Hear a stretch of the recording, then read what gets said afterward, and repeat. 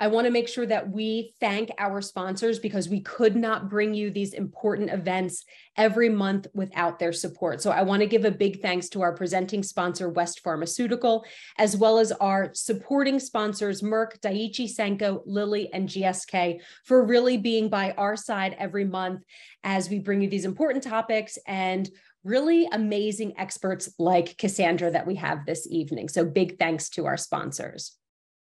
So with that, Melissa, anything else to share before we hop in the kitchen? No, I think we are good. We are excited to have Catherine in her Florida kitchen with us to start us off. So Catherine, we are excited to have you with us tonight. Yeah, I think we all wish we were in Florida with you. So we do. For those of you that may not know Catherine, let's spotlight her and bring her in with us. So she is part of our culinary nutrition team. She is our Latina liaison and connects with our Hispanic community.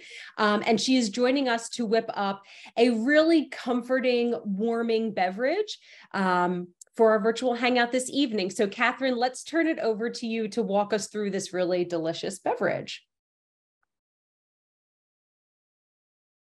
Thank you. Yes, I'm in Florida. I don't know if you guys would really want to be here right now. So summer in Florida tends to be very rainy. So I don't think it's the best time to come, and it gets too warm. But yeah, so today, given the topic, we usually do a mocktail. So I wanted to do a warm, comforting beverage, kind of to keep things a little bit different. I feel like whenever we think about a comfort drink, we think about tea or like a coffee, something like that. So I found a very nice recipe. So today we're going to be doing a beet latte. And you know, like always, for those of you that are new, we like to highlight a specific food for the day. And that's what we call our food for thought moment, thanks to one of our sponsors, Lily, that we get to do this as well. So given it's a beet latte, I'm going to be highlighting beets. So this is what a regular beet looks like. I feel like sometimes it's rare to find it in its whole form in the grocery store. I chopped off all of the greens already because it's very bulky. But so beets come in different colors. We usually see it in this form, like a red, purplish color, but they also come in gold and in white. And still they have a lot of good health benefits. And some of those important and key benefits are for cardiovascular health, so heart healthy properties. It also has anti-inflammatory properties. And there's been an association between beets and reducing the risk for cancer. And then another good way, if you're not sure of what color or what type of beet to choose, always go for the smaller ones. The smallest ones tend to be the sweetest ones. And also very important, some other key nutrients that we can find, especially in the root of the beet, although you can also eat the leafy greens, and it has vitamin C and vitamin A, because we usually focus on the roots.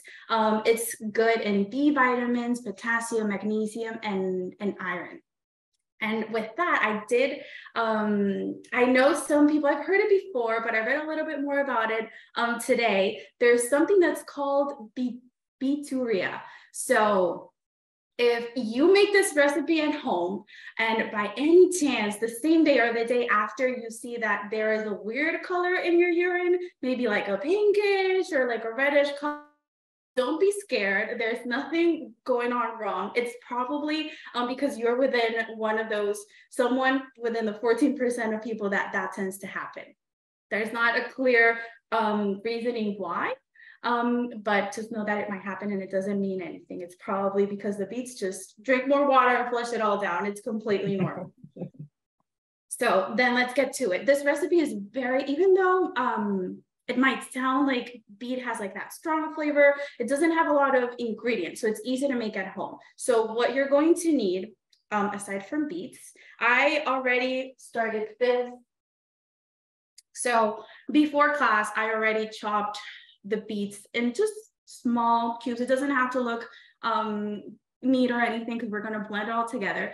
So I chop them up in small pieces, and then I boiled them for about 15 minutes until they were tender. So you want to make sure that you're not overcooking it, because of those B vitamins, they tend to get lost whenever we expose them to heat. So just make sure you're keeping an eye on it. Maybe check it at the first 10, then 15 minutes. And then the smaller that you chop them, then the quicker that they're going to become tender. So the recipe calls for a cup, about a cup. So it's like one small beet. And then this is going to give us two cups of a beet latte. And then I have 2 pitted dates, and then cinnamon, and a cup and a half of, I use almond milk, but you can use any type of plant-based milk or a low-fat milk, anything that you prefer with your latte. So the first thing that we're going to do, I was already heating up the milk. So I started heating up a cup and a half of milk. So that should be, it's heated already. So we're just going to blend everything together. So if you have a blender, I have like a hand tool. It makes it a little bit easier for me for this. So I'll just use this for everything. But you can just throw it in the blender, and that's it. So I'm going to put everything in here, the cup of beets,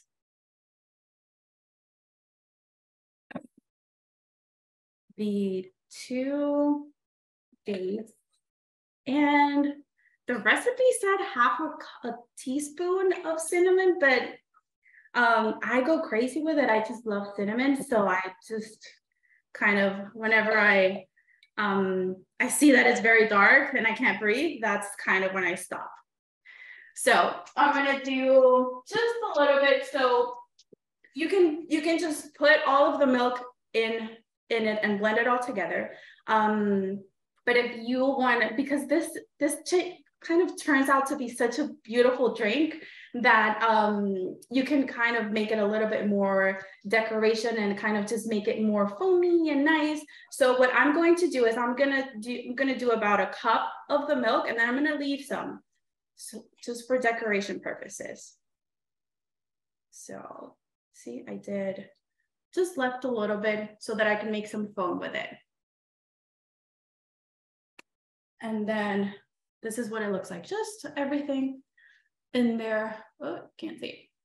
It's all in there, trust me. All right, so I am gonna put myself on mute for a second just because this is very loud. And I'm just gonna blend everything together. Sue, while she's blending, really interesting about the side effect from having beets. And I'm glad I'm not the only one that's happened to, because before I realized what was happening, I was quite alarmed at that. I just felt like my system is like A+. It's working well. It's going right through. It's going right through. But it's only 17% error? Mm-hmm. Or that's so low. So we're unique? I guess so. Oh, it's crazy. Yeah. All right. Well, if we're on that, asparagus too. Same thing. Right. No. Me too. I know. Same thing. Yeah.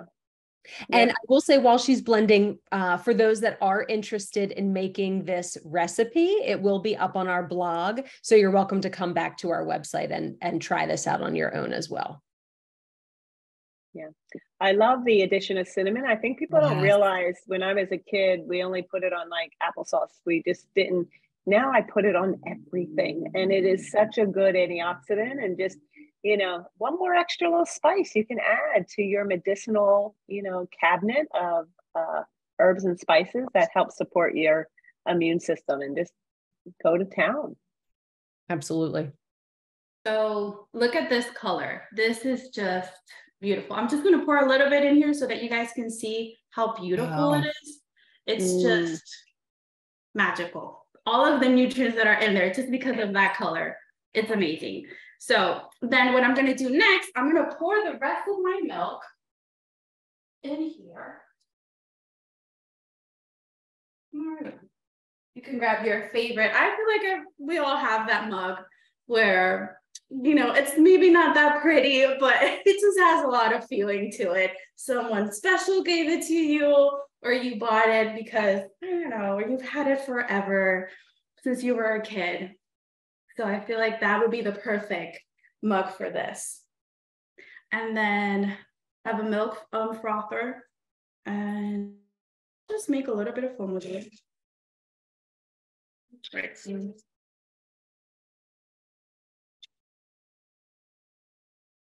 You can also add vanilla to it. And I feel like it would go very well. So just a little bit of foam and more milk. And then just pour it over.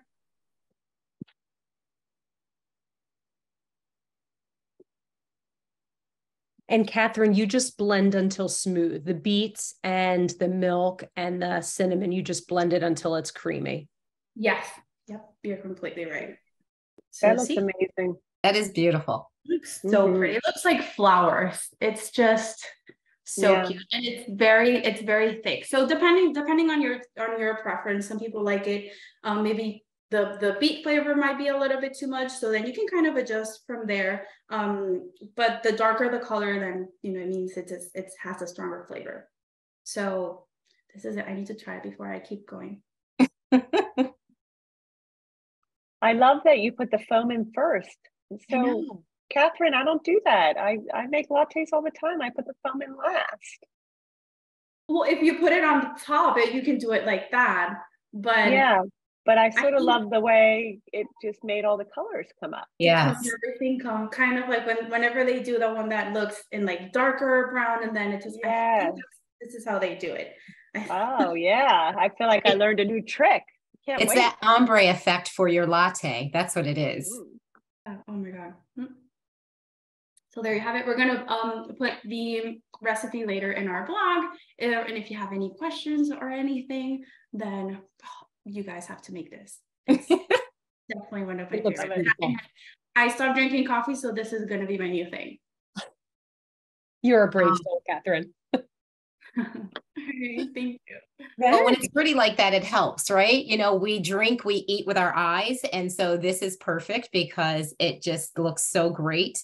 And yeah, I'm definitely going to try it. I have all the ingredients right downstairs, so I can do that afterwards. Yeah. That's awesome. Thank you so much, Catherine. So put in the chat, if you have any comments about that. And I did notice Catherine was just about to take that cinnamon and dash a little bit more on top because she said she loves that cinnamon. So certainly feel free to adjust to your own liking and your taste, and it will be wonderful. See, there she goes. I need to see it. Wonderful. Well, thank you so much. And I have the pleasure of introducing our speaker for this evening, and this is Cassandra Bolding. Cassandra is a licensed professional counselor, substance abuse professional, HIV specialist, nature-based therapist, and a PhD candidate, which is so wonderful.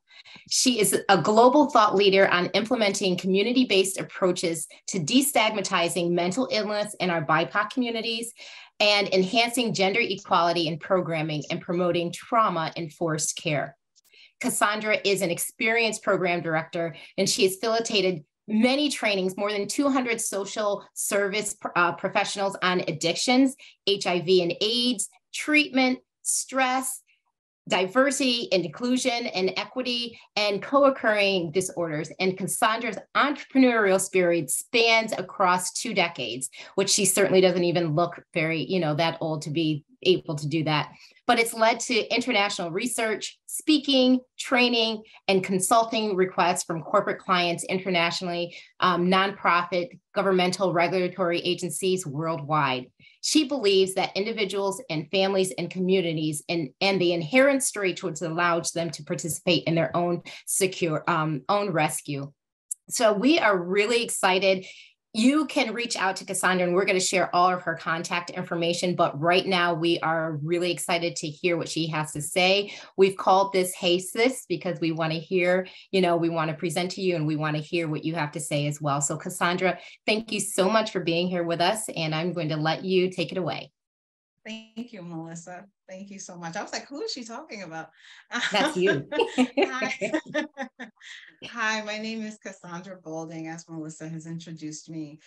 I'm so excited to be here this evening, and I'm so proud to be connected with an organization such as Unite for Her that sees the need, has listened to the requests, and has met the need. So I am really, really appreciative of that. And I definitely believe wholeheartedly in creating spaces where representation is centered, that the providers of care are representative of the individuals that are being provided care. And there is so much statistical data and research that speaks to that point. So I'm so proud and happy to be here this evening. And that I was watching Catherine make her latte, and then I had this tea, and now I was excited about the tea, but now it just looks so bland. It doesn't have the same flavor.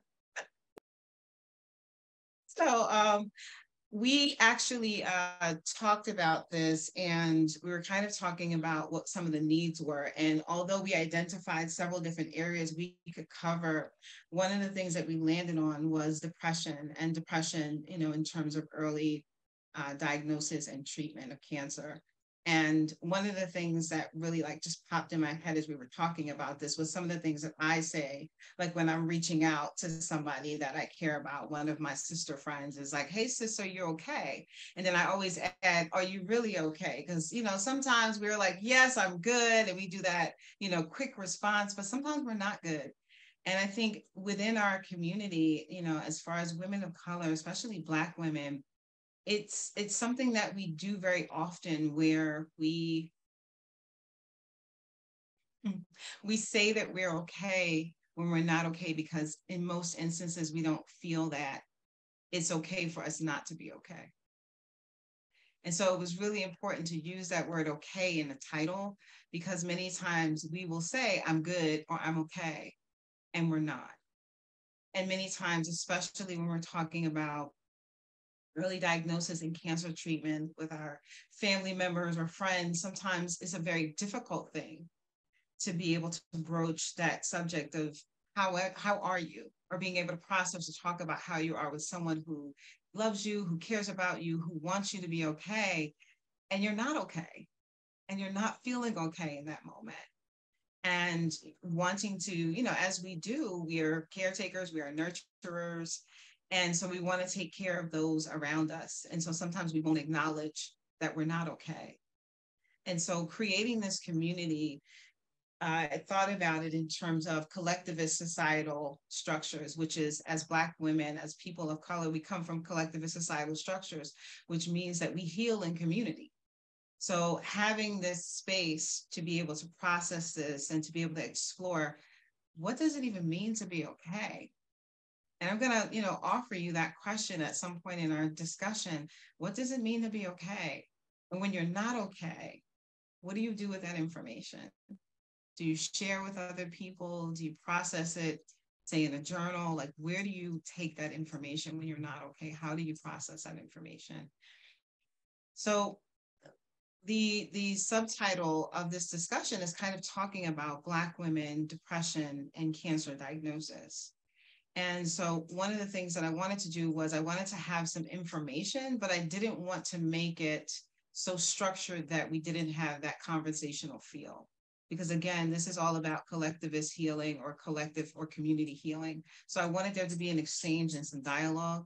So the presentation is going to be more loosely for the purposes of disseminating some information, but I want to hear from you. I want this to be a space where you feel safe to process, to share, to be able to give your insights and your experiences as it pertains to depression, or ask questions about it. And I want you to know that this floor is open for that. So I'm not here to disseminate information to you. I'm here to create a space to facilitate dialogue with you. So I want us to do this collaboratively and in community with one another. And my hope is that as we move forward in this process, meaning my providing spaces like this, that we're able to cultivate and curate a space that works for you. And I'm open to whatever your feedback is about this space. What would be helpful? What are some things that would aid in your feeling safe to utilize this space? Because many times, you know, unfortunately, in the larger society, we don't have a lot of spaces as Black women where we are safe, especially where we are safe to be vulnerable enough to say that we are not okay. Mm-hmm. And so that's why this moment, this time, this space for you is exactly that, for you. So I want to offer information and resource, but I more intentionally want to offer a space for you. And however you want to utilize this space and participate in this space. So if it's through the chat, if it's, I want to hear your lovely voices and see your lovely faces as well. Cynthia, I'm loving this red lipstick. It's really popping. But I really want to be able to hear from you and to have that exchange. So want to open it up with the PowerPoint presentation. And then, like I said, we're going to come in and out and we're going to talk. And while I'm kind of going through each slide, I'm going to ask questions. So if there's some feedback, if there's some thoughts and feelings that come up when you see the slide, when you see the subject matter that I'm covering, please jump in. You know, I have Melissa and Sue, they're going to be helping me with the chat. So if there are any questions that you have, pop them in, and then they're going to let me know when there are questions. So please stop me, Melissa and Sue. Don't worry about if I'm mid-sentence, it's okay. So that way we can just keep the dialogue going and make sure that it's an open forum, okay? Perfect. And right, and I will, I'm ready when yeah, I'll start there just to say, because this may help get this kicked off. Diane said that I say, you know, when someone asks how you're feeling, she says it not to worry her family. So she'll say as a, you know, automatic response, I'm okay, right? Which we often do. And she says that not to worry her family. And I'm sure that many may feel the very same thing with that. Yeah. Thank you for sharing that, Diane. How many people can relate by show of hands? How many people can relate to that? Yeah. Yeah. That's such an important piece. And I want us to talk a little bit about, before we end, like what do we do with that? You know, like the intention is, of course, to share and be honest with your family members and allow for them to know how you're doing and let them in. But at the same time, again, that's a real concern. It's like you're trying to navigate your own feeling, your own experience with this. So there's like all these dual realities that are happening simultaneously. You're having your own experience, and then if you're partnered, your partner is having an experience with you as it relates to your diagnosis. Then if you have children, then you're processing their experience with it, but also their experience with you. So they're processing their own feelings, but also they're processing their experience and their feelings with you. And so one of the things that we're going to talk about at another point is the grief. And that's something that we had the opportunity to talk about at one of the retreats, is the grief. The process of grief, the collective grief that happens within a family dynamic, or within, you know, the dynamic of yourself and your friends, or whoever your loved ones are, but also your own. So, you know, when we talk about these things, we're going to talk about them interchangeably tonight, because we're talking about depression, and depression has many causal factors. So we're going to talk about situational depression tonight, and I'll explain the difference as we start talking about it. But that's such a really, really valid point, Diane. Thank you for sharing that. I'm ready, Erin, whenever you are. Thank you.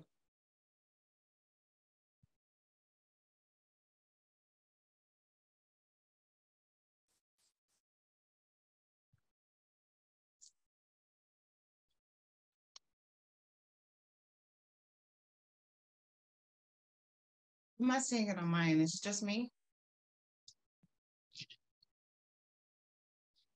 Not yet, Cassandra. It looks like it's loading. Okay, got it. Mm-hmm. But I think like that's such an important point in terms of thinking about depression and the causal factors for depression. And, you know, we're going to talk a little bit about this, but I can actually get a jump on it before, as it's loading. You know, when we talk about different causal factors or situational depression. So there are differences when we talk about depression. So tonight I made the distinction that we're talking about situational depression because there are biological bases for depression, right? There are biological reasons why one would experience depression. And so what we're going to talk about tonight is we're going to talk about more about situational depression. And situational depression means that it has an external causal factor. So like a loss of a loved one, a diagnosis, like what we're talking about this evening, and, betrayal, et cetera. There are many, causal factors. And so situationally, what we're talking about tonight, we're talking about Black women, depression, and cancer. So it's showing up, and I apologize for interrupting. It looks like it's showing up on my screen when I share it, but you can't see it. Is that what you're telling me? The last one we did, Erin. That one we saw it. Oh, correct. Yeah. Last one we did. Yeah, you were fine. Yeah. All right, hold up. I'm sorry. Bear with me one moment. No, you're fine. You're totally fine. Thank you. Yes, we can see it. Thank you. Perfect. Thank you. So you can go to the next slide because we've already introduced it. So that's Teresa interesting. said that she spends more time, comforting everyone else. And again, that is so on par with, especially like the experience of Black women, many Black women that I work with. That's one of the biggest challenges, because they are the nurturer, they are the caregiver. That's what they the default is. And for many women, what I find, which is very interesting, is that it's something that is done as a buffer for their own experience. So it feels easier to care for other people and shift the focus to managing what other people are experiencing, as opposed to managing what you're experiencing in that moment. And sometimes, the other thing, or, again, like looking at it in that dual experience, like we talked about, like your own experience, and you're navigating that, but also managing the experiences of others and the expectation of others as well, which is also something else that I want us to explore a little bit as well, a little bit more. So tonight's objectives, and again, this is really loose. So it's understanding the prevalence of depression in Black women with cancer, exploring the factors contributing to depression, discussing the impact of depression on cancer treatment outcomes, and highlighting strategies for support and intervention. So that is what we are going to cover. Again, this is not, going to be like, we're going to have this open for discussion. So keep the chats coming, keep the questions coming, keep the personal experiences coming, because I feel like that is such a huge part of community care, is knowing that you are not alone and being able to identify with other people that are having the same experience as you. So when we talk about cancer, perceived as being weak, that's something that I want to circle back to as soon as I do this, because that's a big one, Cynthia. So cancer has a significant impact on Black women's health, and they have higher cancer incidence and mortality rates compared to women of other racial and ethnic groups in the United States. And there's a few key statistics. And as I was going through the statistical data, I just didn't feel like that was appropriate to just throw numbers at you. So I just talked a little bit about some of the key statistics. So this was one of them, that Black women with cancer diagnosis and, is limited. So there's the research, when I was looking at the research in terms of Black women and cancer diagnosis, in terms of just the full picture in terms of the socioeconomic, well, really just the demographics.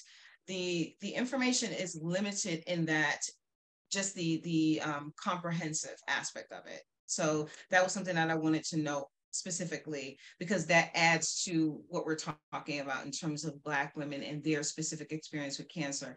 If the research is limited in terms of how much research is being done to understand the issue, then that speaks to the issue in and of itself. And so it says that it is well established that cancer can significantly impact the mental health of individuals, and depression is one of the common psychological challenges faced by cancer patients, including Black women. Yeah. And Cassandra, I just wanted to, Sure. I didn't want to be remiss, because earlier Linda said that she thinks that people don't really even want to hear that you're not okay. So when they ask, it's kind of like a question, just like that they're asking, but they don't want to hear the answer. Exactly. Thank you for that, Linda. That's a really powerful point. And to that point, and the other points that were made, again, it's really about how people see us. There are so many tropes about Black women, and one of them being the strong Black woman. That's the one that we're going to focus on tonight, because there are others, like the angry Black woman and so forth. But tonight we're going to focus on the strong Black woman.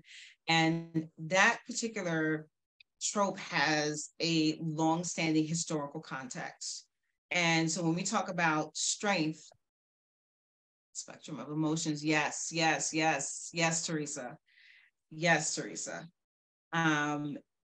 There, when you talk about the strong, the full spectrum of emotions, again, that is very limited when you talk about the strong Black woman, because she's stoic, right? She doesn't have an emotional response. She has to be strong. And when we talk about the historical context, when we think back to when women of color, Black women specifically, were enslaved, and you think about just all the years that after emancipation, and you think about all the years after that, you think about what Black women had to do in order to survive those sets of circumstances that we were faced with, the horrific sets of circumstances that we were faced with.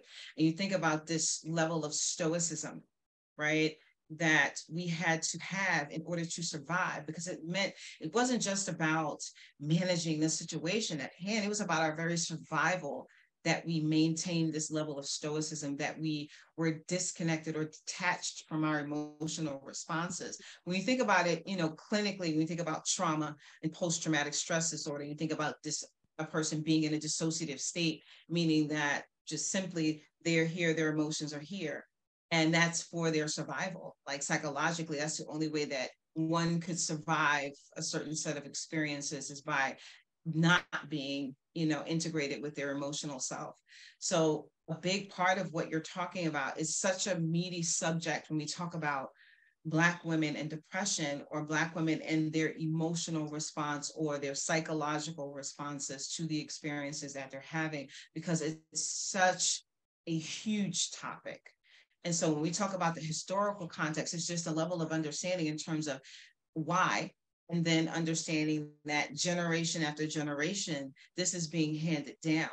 And it's not being handed down with the context of it. So when you talk about that weakness, that's, again, when you think about the historical context, it meant death, right? Like having certain emotional responses, not being able to manage or navigate your emotional response to the horrific things that you were experiencing or seeing, could potentially mean your death,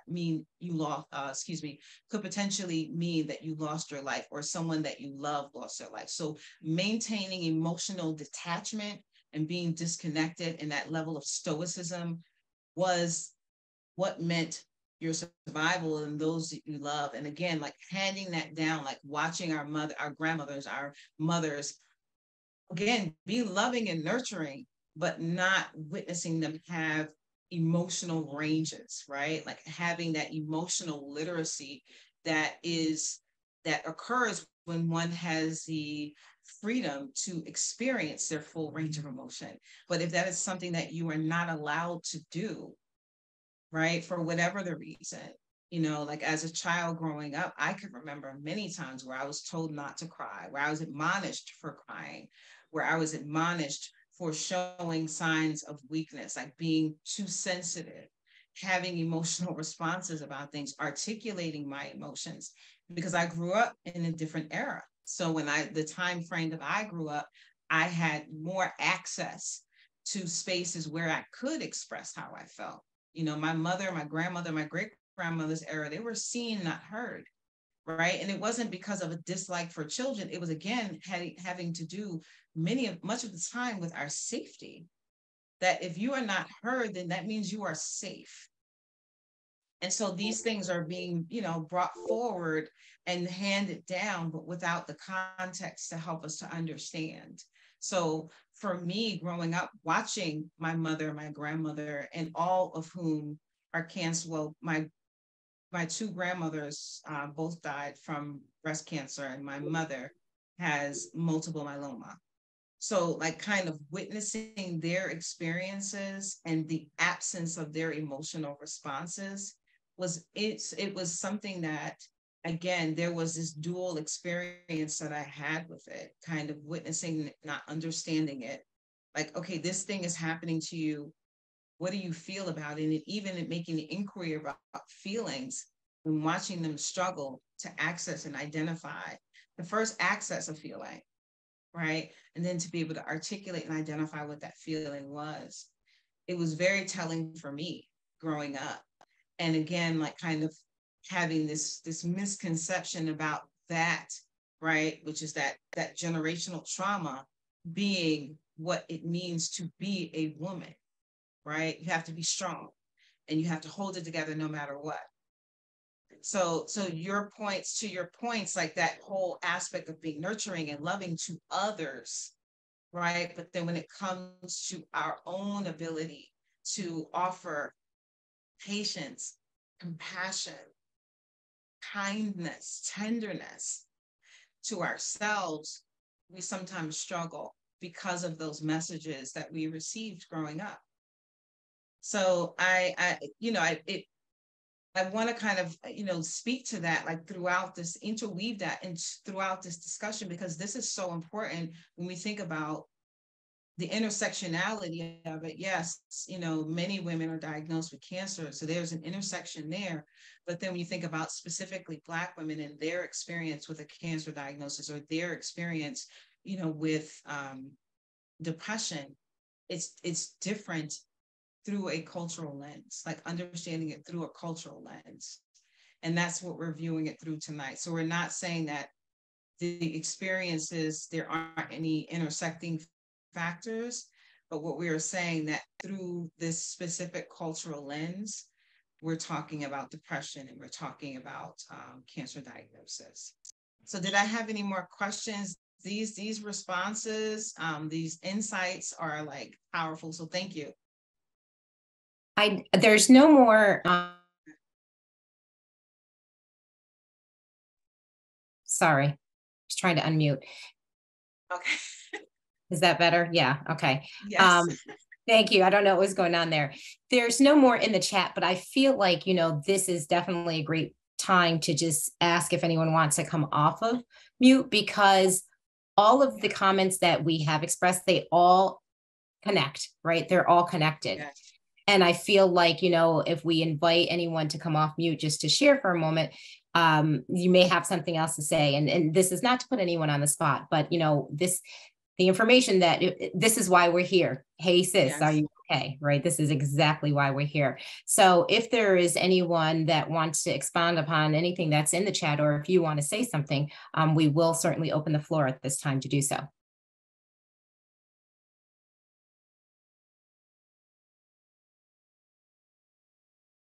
I've never been in one, so I don't know what the protocol is That's fine. To speak. You got it. Perfect. Good evening, everyone. I'm Teresa Edwards. And I just, one of the things that I'm interested in finding about is how to create safe spaces for you to be able to express your emotions. Like, I said in the chat that I feel like I'm pouring from an empty cup. I'm a caregiver in my family of my brother and my mother before the diagnosis. So of course it didn't stop after my diagnosis. I'm the fixer in my friendship circle.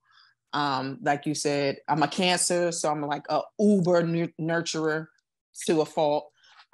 So I don't, like someone else said, they feel very uncomfortable with this whole situation that I'm in, because I'm always the one that they go to for everything. So it's like, well, I really don't know what to say. So they kind of do some avoidance and things of that nature. But I know that I'm to the point now where I'm tired. I'm tired in so many ways. I'm physically tired. I'm mentally tired. I'm emotionally tired. I'm spiritually tired. And so I'm just really interested in how do I restore myself, right? Because I remember the doctor saying to me, you got to put the oxygen mask on yourself first.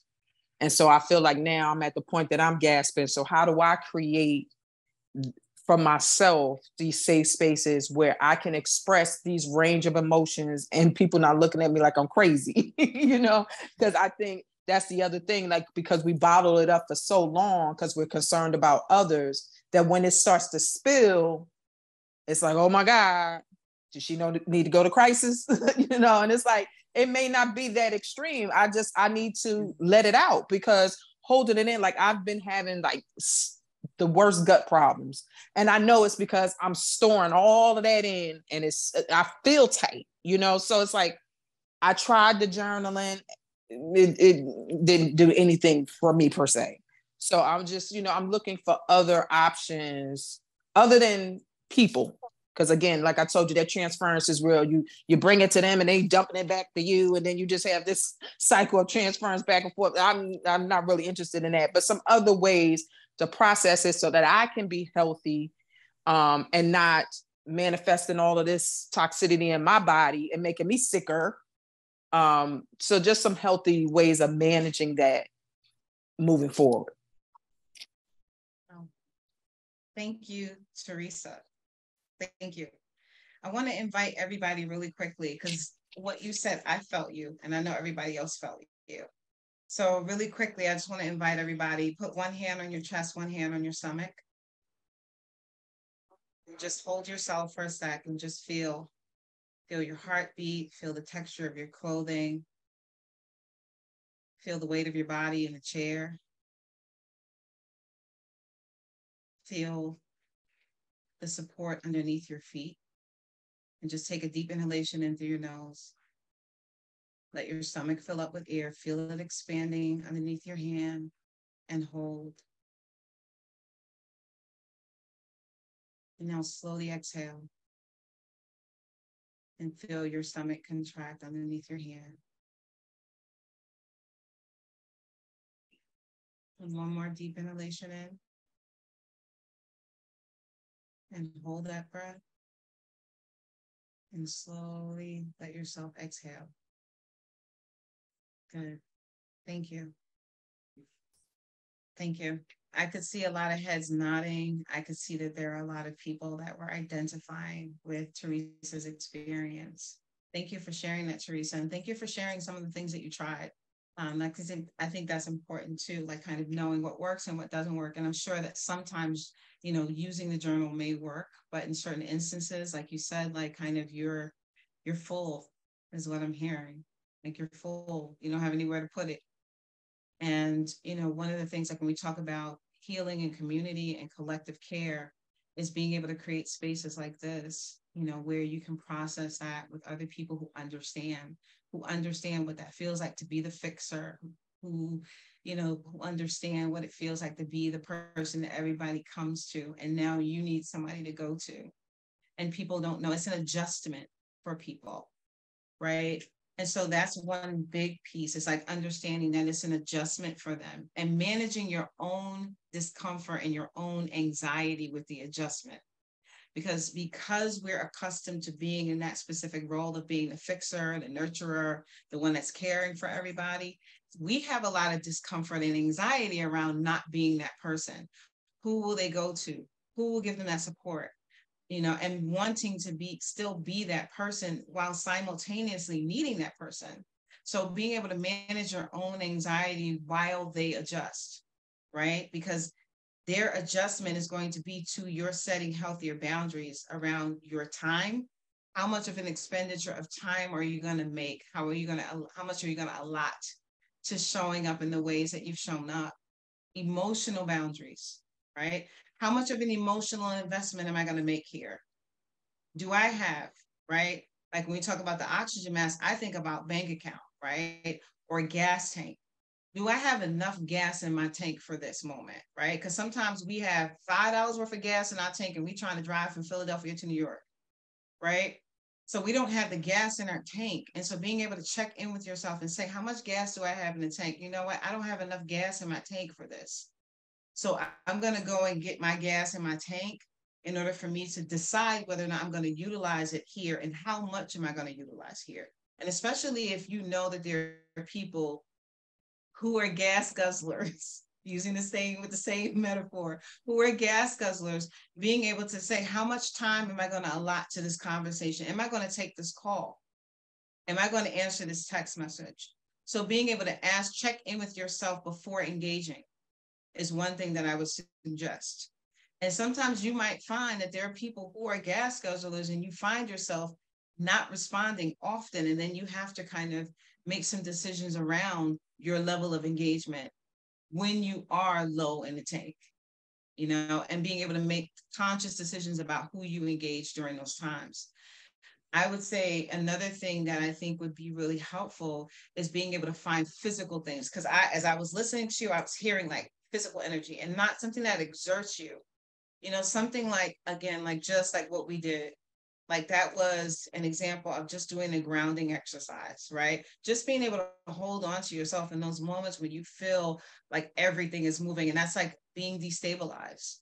So what we did was helping to stabilize, helping to get you back to a regulated state when you are dysregulated, right? Because like having all these things coming at you and other people's energy, and sometimes it's not what they say.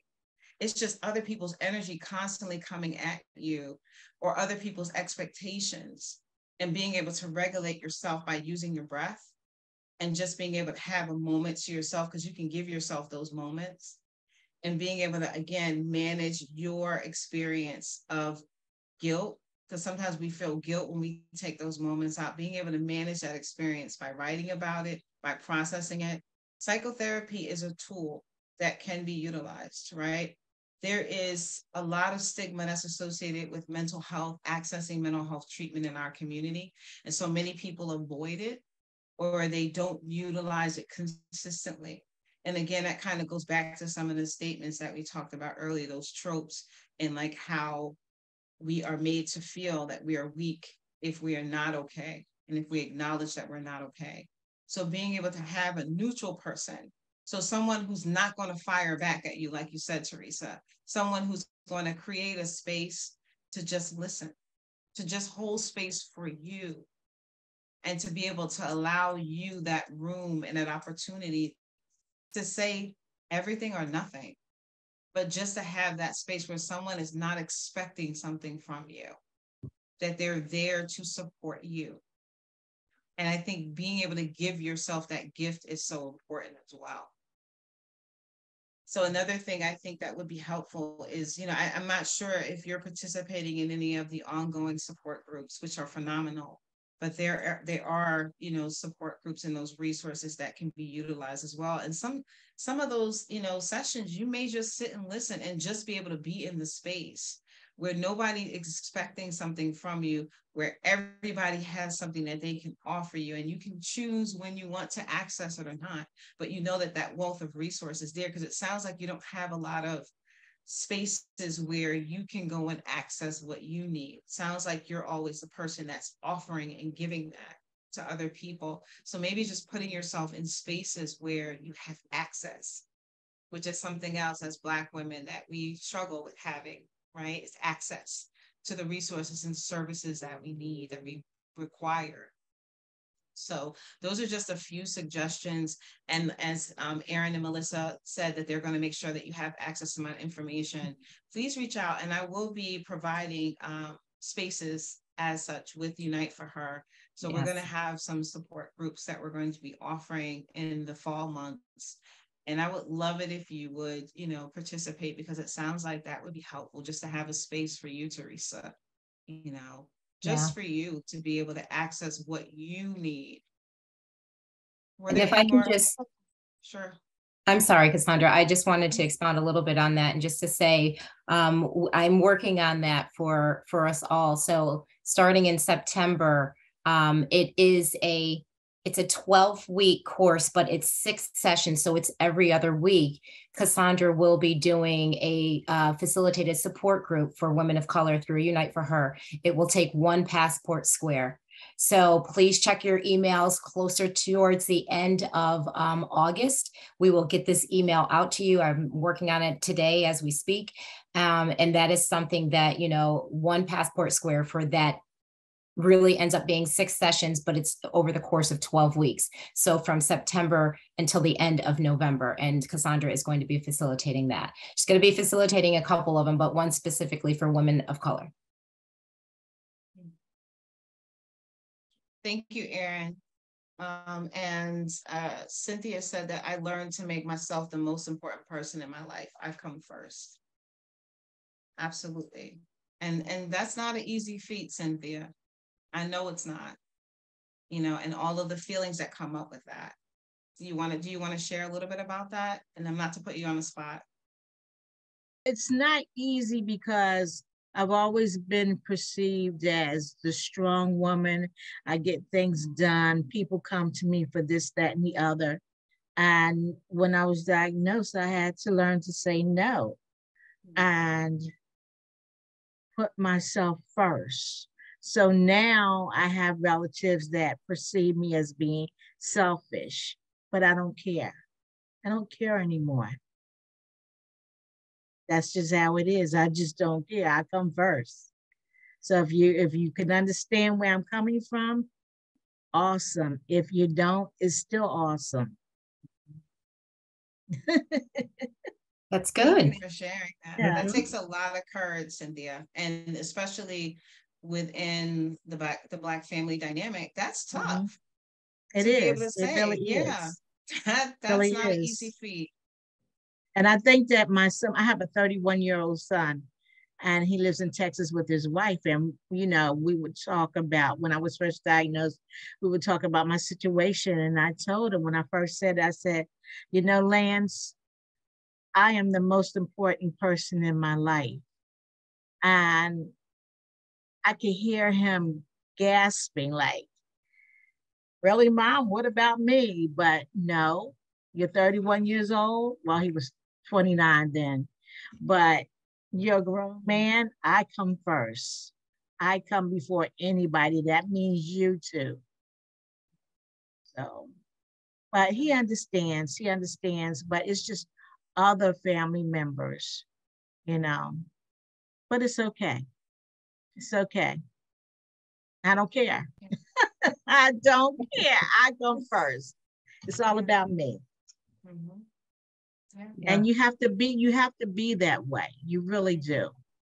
Yeah. It requires changing that narrative. Yes, it does. Right. You have to do the counter messaging so you can change the narrative, because there is such, I always talk about these boxes, like there are these boxes, I tell you, and like when we're born, they check those boxes, Black, female, and all of the stuff that's ascribed to those boxes are assigned to us. And sometimes we don't ever interrogate those boxes and the meanings, right? And that's kudos to you for that, because that's you interrogating that box and like, no, that's not what it means. I don't have to forego who I am or abandon myself to show up for my family, to love my family. I can focus on me and love me and take care of me in order for me to be more available and accessible to them. So that's a wonderful thing. Thank you for sharing that, Cynthia. Yeah, and you have to it's important to set boundaries. Boundaries are so important. Yeah, they're vital. So it seems that we needed more of the dialogue than we did to go through the information. And I'm super happy about that, because I wanted there to be more of an opportunity for us to get, whether it's from the chat or just to have that exchange and to be able to have a space to start talking about this. And I am so open to doing this again, to creating this opportunity again. I'm so open to disseminating the information in whatever ways myself, Melissa, and Aaron see that we can probably disseminate it. If you're interested in just reviewing it and reading it, but in terms of just creating another opportunity to have this dialogue, I would love to do that, especially if we want to continue to discuss this particular subject matter. Thank you so much for your participation. Thank you so much for being present, for showing up for yourselves. Give yourselves a round of applause for making yourself a priority and showing up tonight. Thank you. Yeah. Oh, thank you, Cassandra. Yeah, I chuckled because I believe Sue put in a part 2, and this definitely needs a part 2. So, it really is a pleasure and an honor. And as you know, I was reading all the credentials behind Cassandra. I should have inserted myself that, yeah, she is a Unite for Her provider. So she's part of us. And we are thrilled to be able to bring her in front of you and to give this information. So we will have a part 2. We definitely will have a part 2 so that, so that you can get more. There you go, Teresa. I see lots of claps there.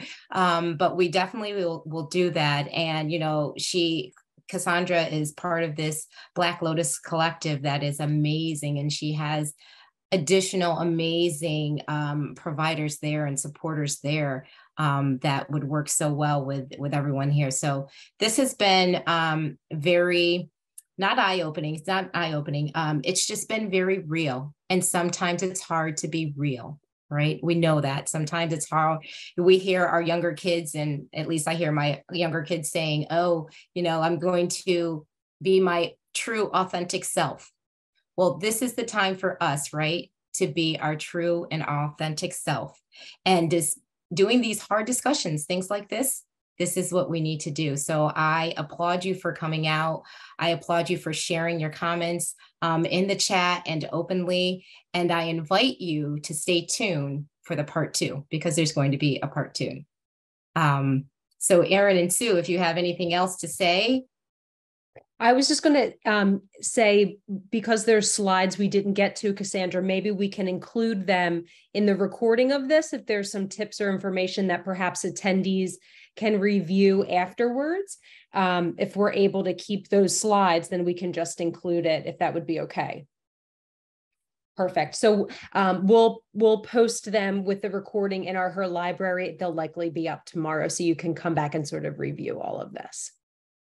Great. Thank you. Yeah. And I was also looking at the chat and realizing so many are from our Philadelphia area and around there. I felt like it was a good opportunity to share that we are doing a collaboration with Still Rise Farm. And it's a retreat, and it's on September the 23rd. And Cassandra will be there, as well as her team, and all are welcome. Doesn't matter timing of diagnosis, doesn't matter diagnosis. And it really is an incredible day, 11 to 5. More information will be going out. Watch our website, watch our Instagram. But that is another place that you can prioritize you. And I think the tagline that Dr. Mo, I don't know if a lot of you know Dr. Monique Gary, this is a phenomenal woman. She has the tagline of remembering your first love. You. Right? Remembering your first love, you. So that's another thing that you can mark on your calendar. It's on a Saturday, and you could come to the afternoon part and see Cassandra live. Yeah. Good. Thank you. We're excited. Very excited for all of this. All right. And Priscilla, yes, you're looking forward to part 2, and so are we. So we will start working on that. We will get that taken care of, and we will send out some information on that. And we just thank everyone for being here tonight. Erin, this was a great hangout for us, starting off with that beet latte that we're all going to try. I know, as we're making a little bit more space for ourselves. So I love that. Absolutely. Yeah. Wonderful. Yeah. Well, big thanks. For everyone stopping by and hanging out with us this evening. Hopefully you will join us tomorrow evening as well for our speaker series with Ricky Fairley, Touch BBCA's, talking about clinical trials and what's been happening with their initiative over the last year. So be sure to hop on with us 6 p.m. Eastern time tomorrow, Thursday. One more time, I just want to give a big thanks to our sponsors for just being big supporters of all of our education and digital events. Big thanks to West Pharmaceutical, our presenting sponsor, as well as additional support from Daiichi Sankyo, Lilly, Merck, and GSK for just allowing us to continue to bring, like I said, experts like Cassandra to you to have these really important discussions. So thanks so much for being with us tonight. Cassandra, thank you so much for your time.